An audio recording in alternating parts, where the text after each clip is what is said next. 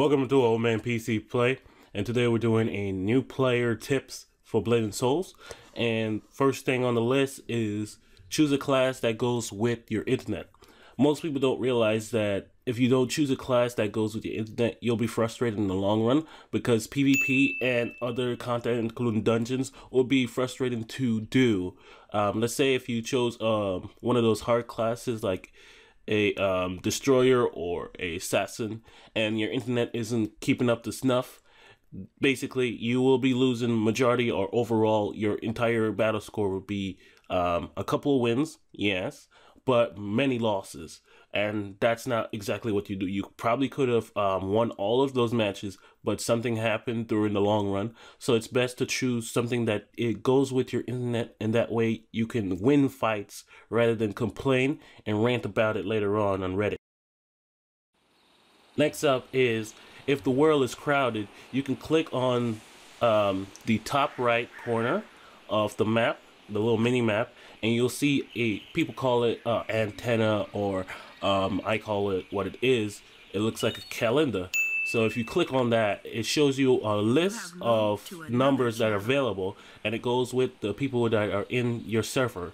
So a whole list, just choose the next one or the last one, and you'll go to a non-populated area. So do the escape way by pressing the escape button, and it'll bring up a little mini option on your lower right hand corner, and you can just click switch channel. So there's many ways to do it. Next up is choose when you're choosing a faction, never put on your faction uniform unless you're in a group. This activates PvP mode within Blade & Soul itself. So it's player versus server, player versus channel or whatever. And you want to do this in dungeons. If you just want to see how it looks, you can put it in a dungeon somewhere that you're isolated, never in the world itself. Now for the new players that are just finding out that this is one of those games that you can't grind on monsters, sorry. You could try another MMO for that. But in Blade & Souls, it's necessary that you want to level up by doing quests, including your blue side quests. Regular gold quests or yellow quests, those are your main quests. You want to strictly do those, yes, and get all the way up to chapter 1 to all the way up to chapter 21 and so forth. But you want to also do your side quests and your dailies. Only the dailies that are within the area that you're doing your quests and side quests. But for the ones that you left behind as you progress through, you can avoid those for now and come to them when you feel like it.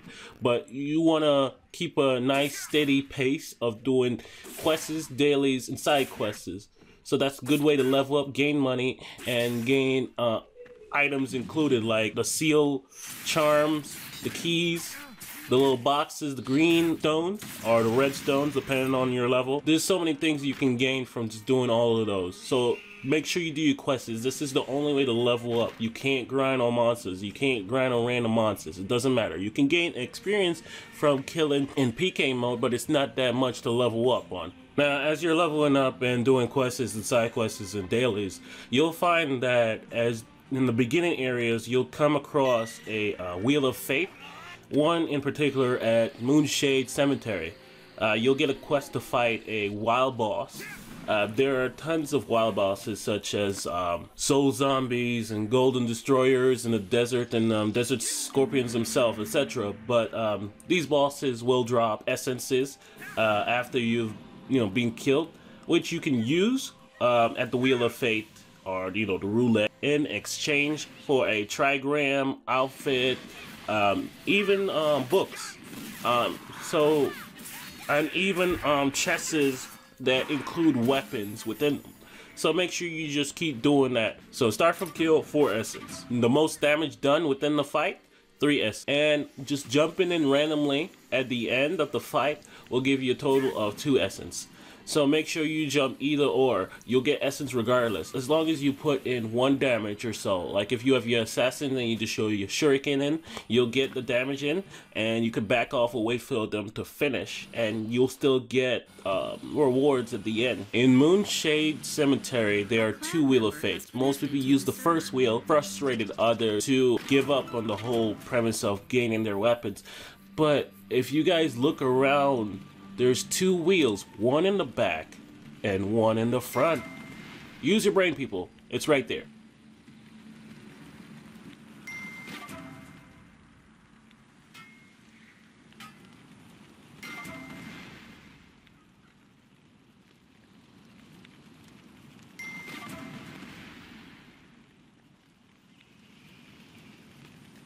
Now, right now, Blade and Souls is at the queuing stage since the game recently just released.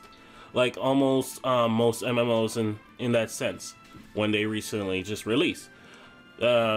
This does one thing for most non-members. It puts you in a line and you have to wait at the beginning of choosing your character. And what I recommend is spending $5, or I don't know, the euro scheme of it, but spending $5 US, you'll get a premium membership which lasts for 7 days or a week, and this will give you a queue-in of 0, or you'll probably wait like 5 minutes at the least if there's more than one premium member that is actually waiting in the list. But majority of the times you're not going to be waiting at all, and you'll skip the whole premium, you'll skip the whole queue-in, and you can enjoy the game more, and you'll also get buffs with the benefits of being a premium member. They show you a list that you get, the little status buff right here, where it shows you a whole bunch of status that you usually get from premium membership. So please invest into it. I mean, I know it's just a queue-in, and in a week or so, you won't really need to buy or even wait anything. But I mean, hey, it's another way of leveling up in the game. You gain money more, you gain experience more, and you gain these other effects that come with it. So might as well just take. It's only $5. I mean, you're gonna use that $5 to go eat at a restaurant or like a little bar or something like that. It's only like 1 drink for me, one cold one. Here's another trick. If you right click on your mouse and draw in your mini map, any party members can see this, and this could be used as a way of communication and also a way to give a little strategy to your next area. If you press F7, you can search for party members. F8 also brings you to dungeon room, where you can actually I find it more simple than actually using F7, but F8 brings you to the dungeon room where you can choose different dungeons, and you'll group together with random people, and you can just do dungeons continuously until you feel satisfied and leave when you finish. The Hung Moon weapon that you gain, the one with the plus green one next to it, keep those. Don't throw them away. Don't sell. Well, you can't really sell them, but don't salvage them.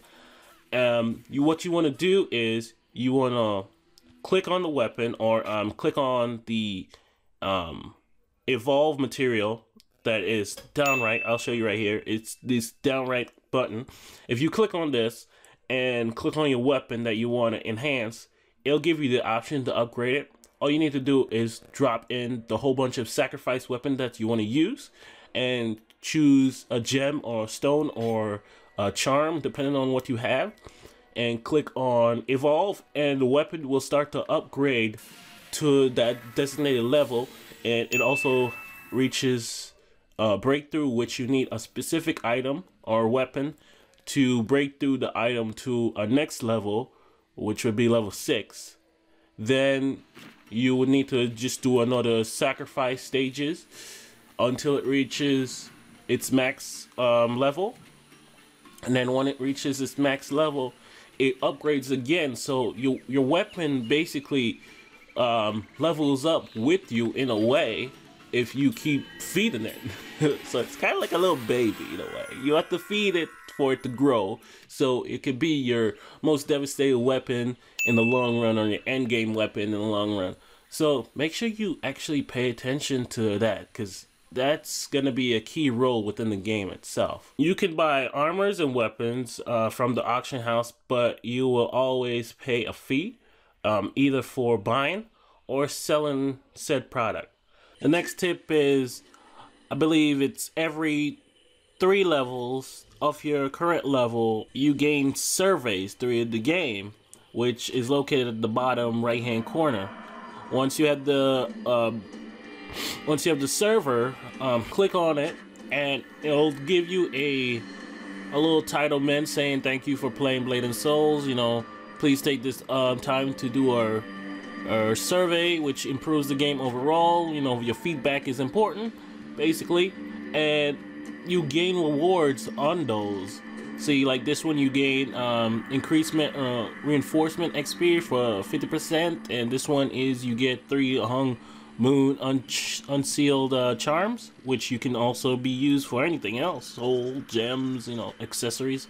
So it's good to use this and also gain items within the long run, because soon you might be needing them for, I don't know. And how to pick it up is inventory. Anyways, I hope any of these tips and tricks will help you in the long run of Blade and Souls.